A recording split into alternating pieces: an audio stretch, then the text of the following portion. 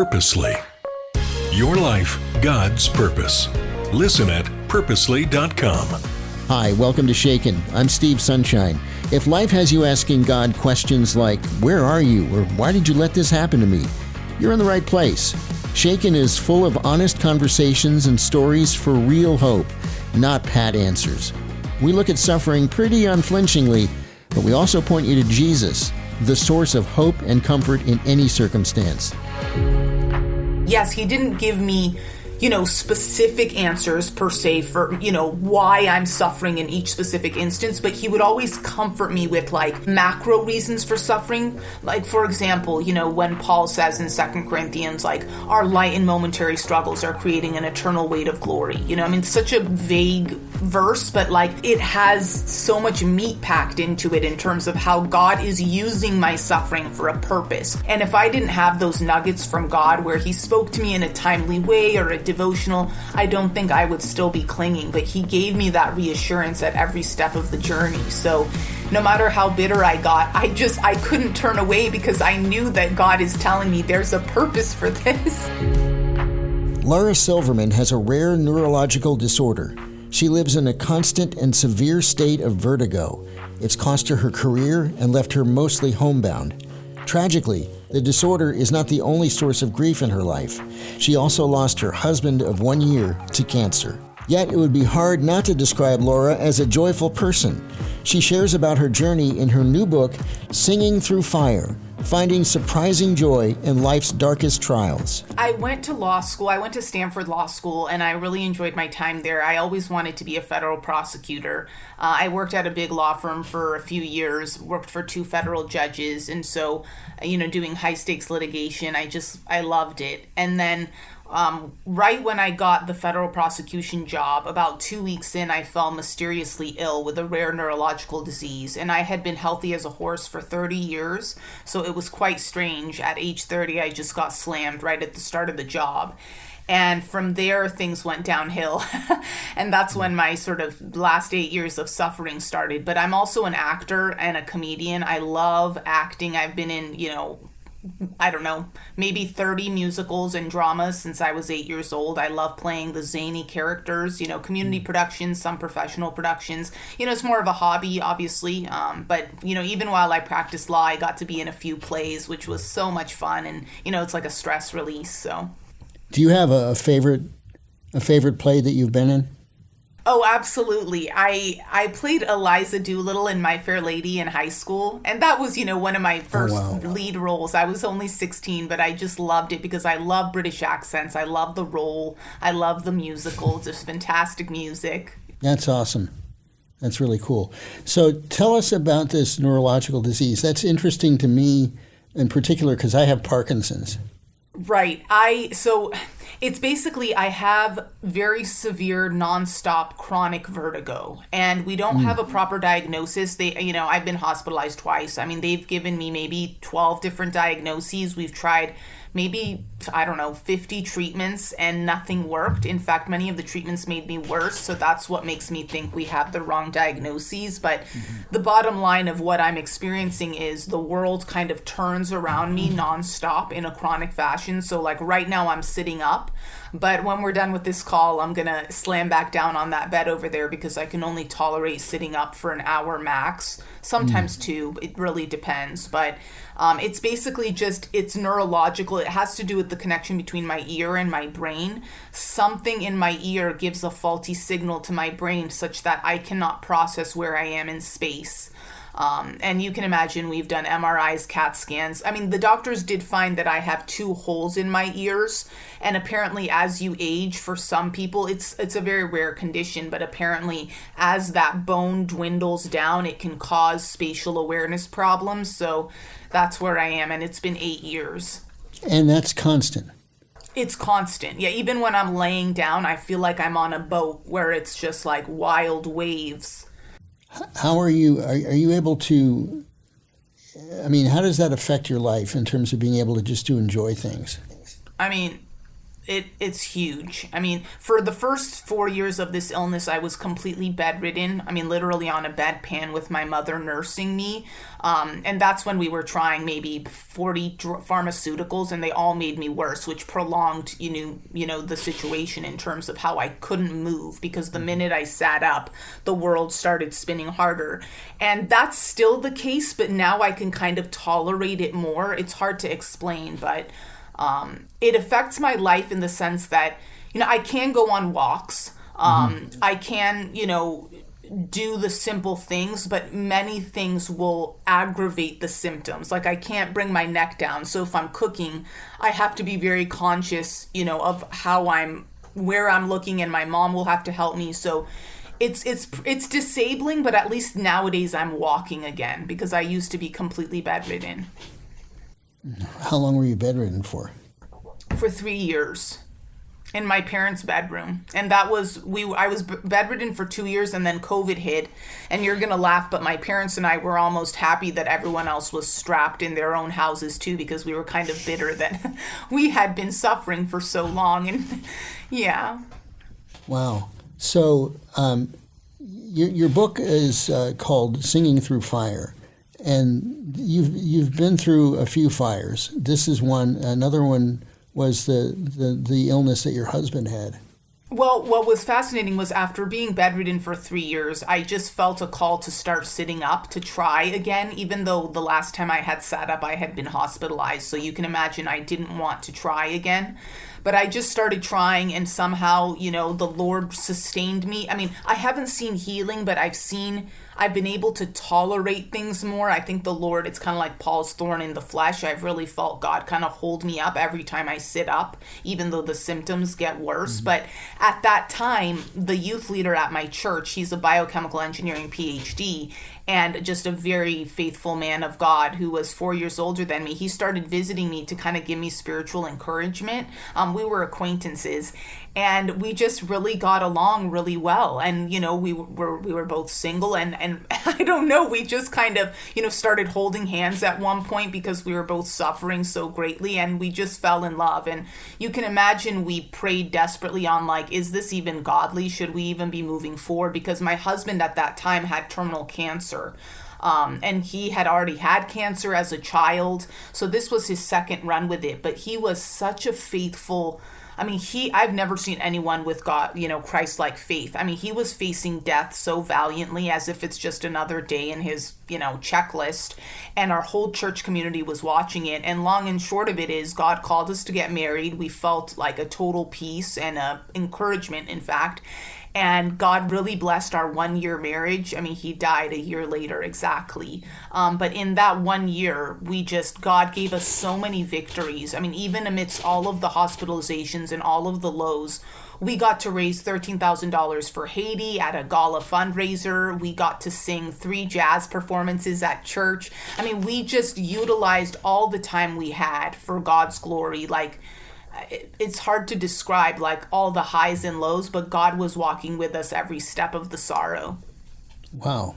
That's I hear what you're saying about all the good times in there, but that's really hard to hear that was so short. How has that affected your relationship with God? Oh, you've got to read my book. I think I sent it to you. I wanted to be very authentic, because, I did not have the kind of faith that Matt had. I wasn't prosperity gospel, because I know that's not theologically correct, but I was very much, okay, Lord, if you love me, you will bless me in an earthly sense. And I will, have the earthly blessings, a spouse, children, good health, career, this and that. And when all these things broke down, first I lost the health, then I lost my career, then I lost my husband. It was very difficult. I've gone through many stretches of great bitterness and a ton of wrestling. You can imagine just crying on that bed, wrestling with God and asking why and what is happening. And I can testify to you that somehow, because God's presence was there, even in the complaining, even in the bitterness, that's why I'm still a Christian. I'm still clinging, because he kept answering. Yes, he didn't give me specific answers per se for, why I'm suffering in each specific instance, but he would always comfort me with like macro reasons for suffering. Like, for example, when Paul says in 2 Corinthians, like, our light and momentary struggles are creating an eternal weight of glory. Such a vague verse, but like it has so much meat packed into it in terms of how God is using my suffering for a purpose. And if I didn't have those nuggets from God where he spoke to me in a timely way or a devotional, I don't think I would still be clinging. But he gave me that reassurance at every step of the journey. So no matter how bitter I got, I couldn't turn away because I knew that God is telling me there's a purpose for this. Yeah. I can tell you from my experience that the story of Paul's thorn in the flesh is really huge. When I came to a point where God just really put in front of me the sense that his grace is sufficient. And that really got me through a hard time. So I talk about that a lot on these episodes. People who listen to other episodes are like, I've heard that already. But it's true. And I think that it's really crucial to be able to have that perspective because, anything could happen in life. We're not immune from it. And, not everybody has a really hard story, but there's always a chance that you will, and God's grace is still enough. Yeah, absolutely. I definitely did not have that theology, when I was 29 and had just gotten the federal prosecution job. I was on top of the world, everything I could have wanted other than a spouse. And then everything came crumbling down. And to realize that, God is sufficient even when you lose all your dreams. It's been really humbling. And God has done a lot of work on my pride. I've had to almost like continually surrender because I'm the kind of person that kind of wrestles and fights and I want to know the logic, as a lawyer.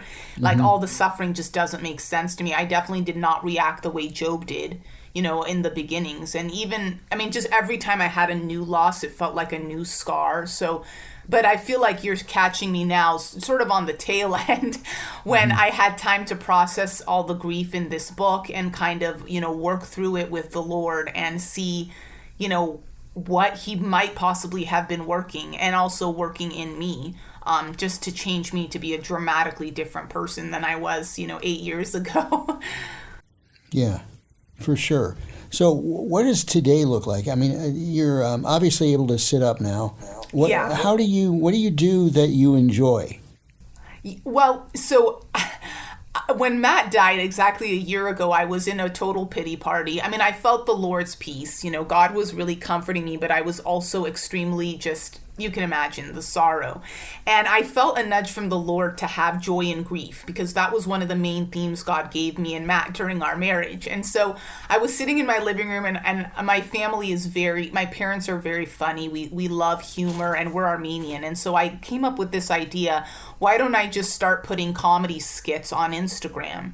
And so I started this, collection of putting up Armenian comedy sketches, just making fun of, our culture and aunties and uncles, and all my family loved it. And pretty soon it kind of gained traction. And so now I've kind of styled myself as like a singer/comedian on Instagram. And it's just a hobby, really, to just give me joy. Whenever I can, I sit up, I record something hilarious and I slap it on. And if it can entertain others, great. It's kind of like lemons to lemonade. If God called me out of law, what am I going to do? He's given me some talents. Can I give other people joy even in the midst of my grief? Isn't that what sorrowful but rejoicing is all about, and being more than conquerors in Christ? Basically, I've tried to squeeze out any sense of joy that I can this last year. So I sit up. Sometimes I do music. I'm also a jazz singer. I love, just Italian music, Spanish music, jazz of all kinds. And I can play piano and violin. So whatever I can tolerate when I sit up, I just give myself joy. And then I try to give others joy by putting it on these social media channels. Have you heard from people who've really appreciated that? Yeah. Especially people like me, frankly, because when sometimes people don't even know that I'm struggling. And then I'll put it, I'll put little hints that, I suffer from a neurological disease. You know, you don't want to say it all the time, but when you say stuff like that, people really relate because they're like, oh my gosh, you're trying to find joy even in the depth of your sorrow with losing the husband. So I think it does, you know, I don't want to praise myself, but I think it does inspire people, and then in return it helps me keep going because I'm like, okay, if I can, you know, help someone else, it kind of encourages me back. So it's a circle. Yeah, and if you're a creative person, then creating things is fun. Are you able to get out of the house at all?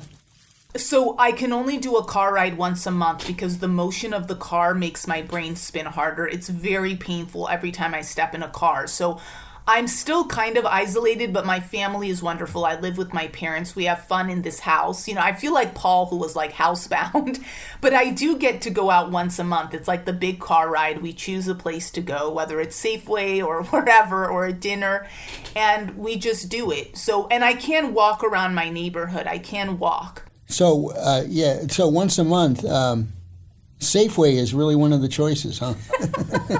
You're going to laugh, Steve, but I love grocery stores. I don't know. It's just exciting to buy, you know, different foods and stuff. Yeah. Well, actually, I probably shouldn't have said what I said because I'm a little like that too. Although I like to analyze grocery store playlists. You mean like music? What they're playing in the, yeah. That's an interesting point, yeah. Where can we find your video skits? They're on Instagram? You can find them on Facebook or Instagram or The Silverman Show on YouTube. I have a whole channel, and it has different, you know, you can find music, you can find comedy, you can find theological content. Like Matt and I, while we were married, we did a lot of Christian content on there. So I don't know if I sent you the links for the show notes, but you can find my Facebook and Instagram. We'll definitely do that. I that's one thing I didn't expect. Are you getting any treatment now? To be honest, no, because I really felt like the Lord called me to acceptance 4 years ago. And, you know, again, I know that sounds jarring, especially in my circles, because I think in my circles, I don't know. I mean, I don't want to cast judgment on anyone, but there's sort of this sense that, again, if God loves you, he will ultimately heal you. But I've walked through the Lord with this for so many years, and there came a point exactly 4 years ago where I felt him saying, you know, kind of what you were saying with the Paul's thorn in the flesh. Now, does that exclude future healing? I feel a pretty strong conviction that it does. But obviously the Lord can do, you know, what he will do if he called me to try treatments again. For me, it was such a torturous path. Every treatment I tried for 5 years made me worse. And I think the Lord, maybe he was sort of graciously giving me permission to just sit in the storm rather than fight against it. Right. So, and it's been hard for my parents to accept, frankly. I don't think they believe that. I think they have a sort of a different relationship with the Holy Spirit. I don't know what their process is, but I just have felt a strong call not to fight it anymore, if that makes sense. So, and obviously I pray about that daily. So no, I'm not trying treatments right now. It seems like with your parents, it could be as simple as they don't want to see you suffer. Absolutely. I mean, what parent wants to hear that the Lord told their daughter to stop trying to heal? I mean, it sounds ridiculous, but if you look at the Gospels, I mean, there are so many examples where, you know, I mean, not examples where the Lord doesn't heal anyone, but just examples of, you know, God calls us to suffer in some ways. I'm not saying you have to suffer your whole life or whatever. There's a season but some of us, for whatever reason, kind of like Paul's thorn in the flesh. I've read enough testimonies and I know my own experience to know that sometimes God calls us to stay in the storm, you know, and I can't speak for others, but that's been my experience. That's really powerful. And I hadn't thought about whether the thorn means it excludes healing. For me, I have something that medically doesn't have a cure. So there isn't like a really strong hope under normal circumstances. I haven't given up on saying, hey, if you want to do a miracle here, that'd be okay. Yeah, exactly. But what the thorn and the grace is sufficient said to me was, your well-being doesn't depend on this. It depends on me and my grace. It doesn't depend on whether you have Parkinson's or or some vertigo-based neurological disorder or whatever. And that really helped me step forward. Can I ask you, because I think it might help me, because you have your own neurological struggle. Why do you think the Lord wants to teach us that on this side of eternity? The whole thing about how His grace is sufficient, because if we're not going to have pain in eternity, and I asked my husband this, but I can't remember what he said. What is the point, Lord, of having us? I mean, other than the many purposes of suffering, I know He does have. I'm trying to sort of play devil's advocate. Why do you think He wants us to believe that His grace is sufficient? I think He wants us to depend on Him and not on the things of this world. There are lots of good things in the world that we enjoy. And He wants us to enjoy them. I believe that. I don't think we should live monastic lives. Right, right. But He doesn't want them to take first place. He wants us to know that He is supreme, and He is really the thing that fills us in a way that nothing else can. And so I think of that. I also think it's a little bit of a challenge. He's saying, if I take this away from you, do you still love me? And that's a Job-like thing. And I don't know how I got picked and how you got picked for that, but but there it is. In a way, in some really sunny, optimistic moods that I have once in a while, I'm not known for that. I think it's sort of an honor that He's entrusting you with this struggle. Yeah. Actually, that brings kind of tears to my eyes, because even this morning I was just being frank, I've definitely grown spiritually a lot, but there is still a struggle sometimes, and I have to remind myself to surrender. And so I was crying again this morning, but you're reminding me that there is a reason God tests us, or there has to be. I mean, look at the result of Job's suffering. I mean, I'm not saying, we're going to be rewarded in eternity or whatever, even though I do think there's a space for that in the Bible. I do think that's a doctrine God gives us, but I just have to remind myself that, from test to testimony, when you're tested, it can be just a platform for God to shine through your life, because your non-Christian friends and even Christian friends will look at you and say, how are you still a Christian? I mean, honestly, after all you've gone through. Yeah. What was the verse God gave me? Oh, I think it's 1 Peter 6-8, the one about these trials have come to test the genuineness of your faith. That's a really powerful one, where Peter's telling, the early church, stay strong, because these are just tests. I mean, at first, when I first learned about this idea of the Lord testing us in the furnace, it felt kind of insulting, as a lawyer, it's kind of come on, Lord, I love you, don't you know that? But maybe I don't, because, there have been times when I've really wrestled with my idols, wanting the idols, whether it's marriage or children or whatever, the career more than Him. So it's interesting that He does test us and sort of purify our hearts in that sense. The career as an idol is really, that's an issue for me. My career, I haven't lost it, but it's greatly diminished from where it was a few years ago for a number of reasons. Parkinson's kind of being thrown in the middle of some other circumstances that happen. And yet I'm still here. He took away what I thought I couldn't lose, and I'm still standing. And you've lost, frankly, more than I have, and you're still standing, metaphorically speaking. Yeah, it's all God's grace. I mean, we're still smiling because you just know that there's eternity. It's almost like, if this really is a blip, who cares? I mean, I know I don't want to be one of those. I don't want to be like those Christians, not to judge other people, but when people say Christians are pie in the sky, they don't care about the earth because they're just looking for heaven. But right. I think there is a truth to that. It's that's what keeps me going. It's the fact that I have eternity without pain and with just joy, and who knows what job God has for me in heaven. I'm excited, man. It's what's a legal career here for 40 years when I have eternity to be God's whatever? Who knows? Maybe I'll be a prosecutor in heaven. Maybe you'll be an acrobat. Yeah, exactly. Yeah, I think that's really good. I think that with the pie in the sky thing, I often go to Revelation 21, 3 and 4, where he talks about how he will wipe every tear from their eyes. There'll be no more crying, no more pain, no more death, no more grief, no more any of that, because God is with us, literally with us. But on the other hand, I see the point.